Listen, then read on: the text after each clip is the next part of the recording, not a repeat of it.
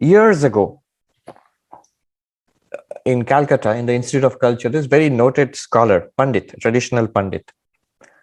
So he asked, sort of rhetorically, I think, that what more did Vivekananda say, or what new idea did he give about the service of humanity? It's all there in Ishtapurti, the words which we used.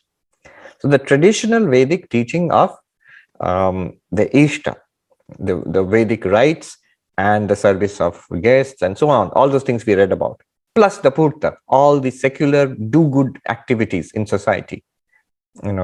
You take care of society, make sure people are comfortable, you give in charity. That's it. It's all there.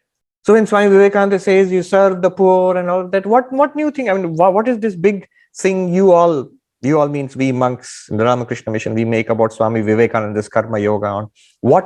He was a philosopher, so he says, philosophically, what's new? Philosophically, practically, what's new? Both as an idea and in its effect.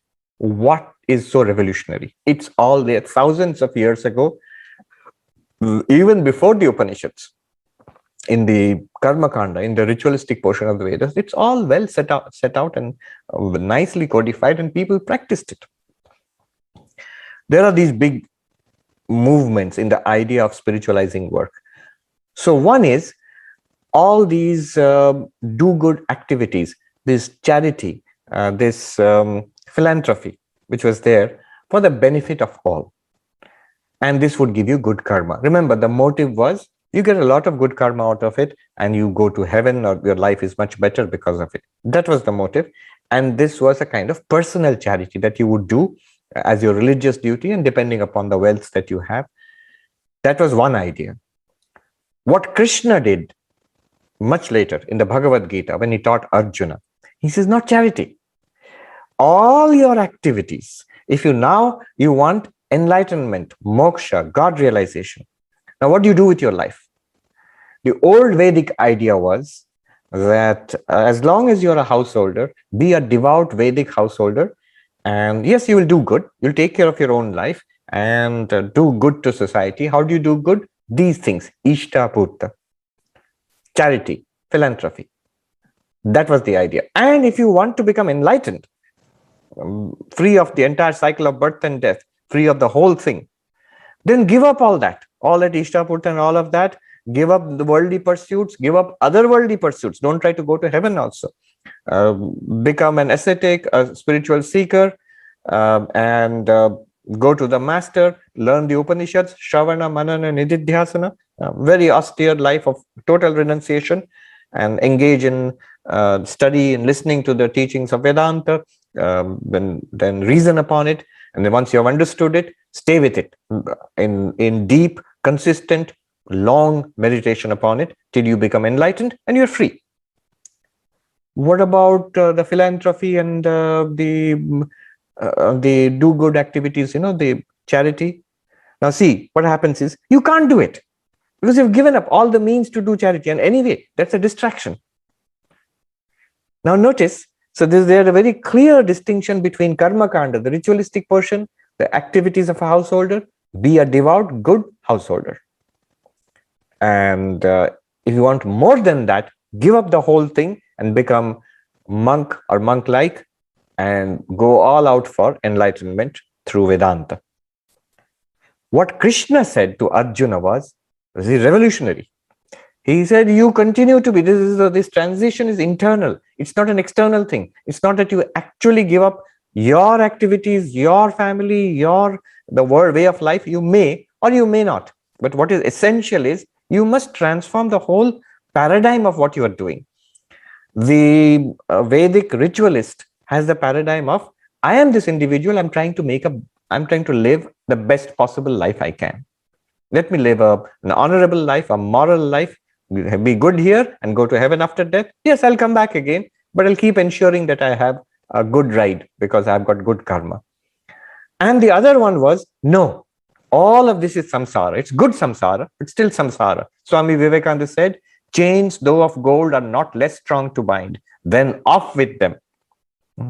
Say Om Tat Sat Om. Off with them, sannyasi board. Oh monk, cut those chains. Even the good ones, good work, Vedic ritualism, Ishtapurti, all of that. Krishna said, this transformation has to be internal.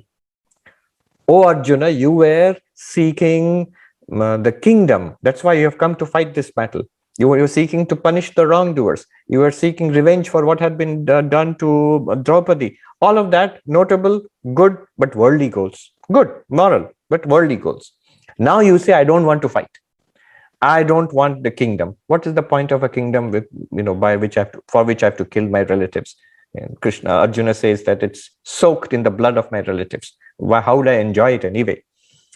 So Krishna says, fine, here is the old Upanishadic idea of enlightenment. In the second chapter of the Gita, Krishna just talks entirely about the Upanishadic idea of enlightenment. You will see sometimes he quotes from the Katha Upanishad here in the Gita.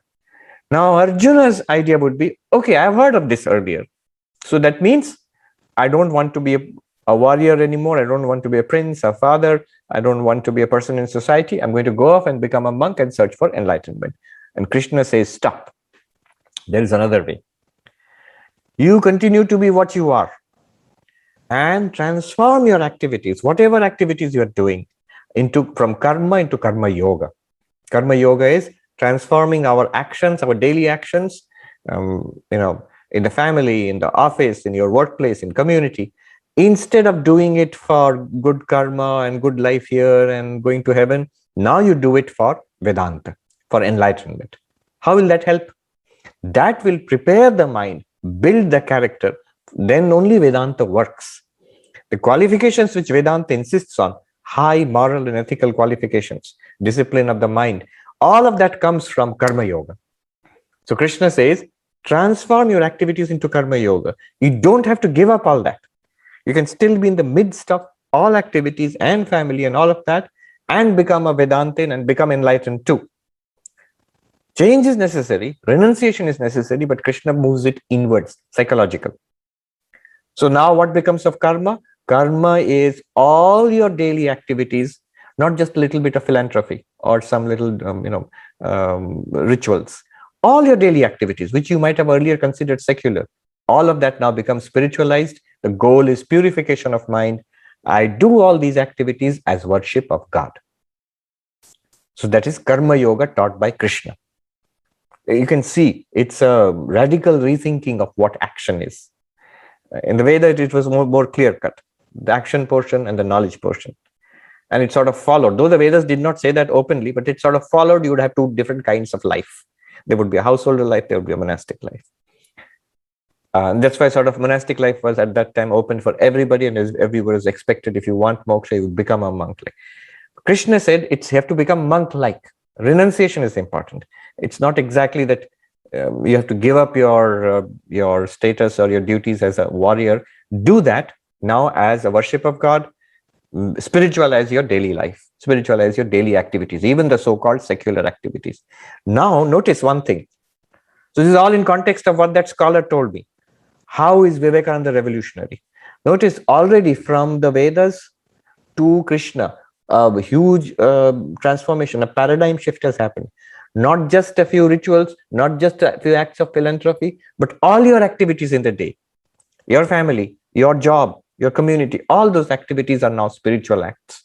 I'm worshipping my Lord through those acts. Okay. Now fast forward to Vivekananda, 19th century. How is that a further advance over Krishna's Karma Yoga, Vivekananda's Karma Yoga? So with the Vivekananda's Karma Yoga follows from Sri Ramakrishna, Shiva Jnana Jiva Seva. Service to all sentient beings, knowing them to be Shiva, knowing that Jiva is Shiva.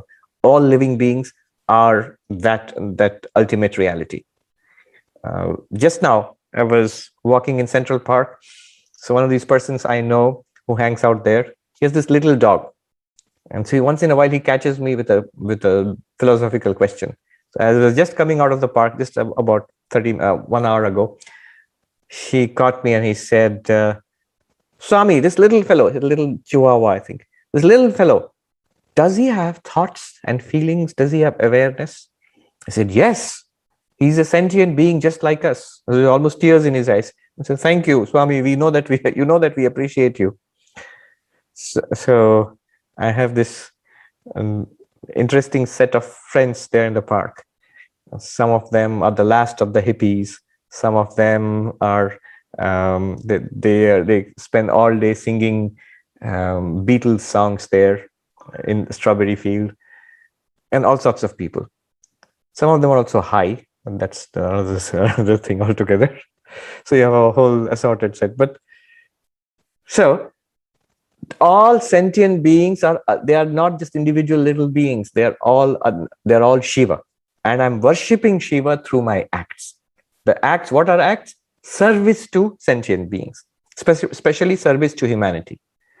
Now, how is this more than what Krishna said? It's not just your daily activities. It is not just as a method of purifying your mind. Rather, it will purify your mind, and all your daily activities are included, but much more than that. It is service to humanity at large, even all sentient beings at large, something beyond your daily activities.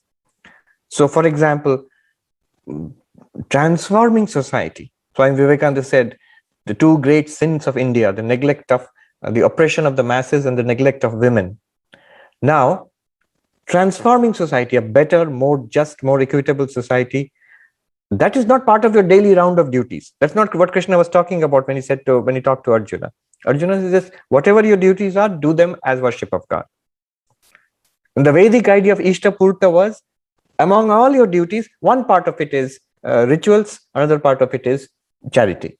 Plus, you have many secular stuff, a lot of secular stuff to do. So you can see the changes in paradigm. You have a duty to, you have a, your service to the whole of society. So a society free of the iniquities of caste or race or gender, a society where all your actions are rendered up as worship to the divine in all beings. That's the attitude.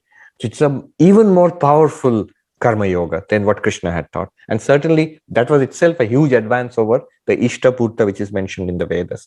Further, one more point and I'll move ahead. What Swami Vivekananda was saying is actually the expression of an enlightened person. See, when Krishna teaches Arjuna, when the Buddha teaches humanity, Christ teaches humanity, are they teaching in order to purify their own? Are they, first of all, are they teaching so that they can go to heaven? They don't care for the temporary heavens. So it's not like the Ishtapurti idea, not for good karma. Or is it like Krishna's karma yoga, where you are doing that as a preparation for Vedantic knowledge, as a purification of the mind to inculcate selflessness and discipline? No. Krishna and Christ and Shankara and Ramakrishna, Buddha, they're already enlightened. They are far beyond that. So why are they serving humanity? Why are they doing good to humanity? It's an expression of their enlightenment. They see the oneness. They cannot do otherwise. It's that love, that compassion that comes for everybody is an expression of their enlightenment. It's not something they're doing as a practice for their own benefit, even spiritual benefit.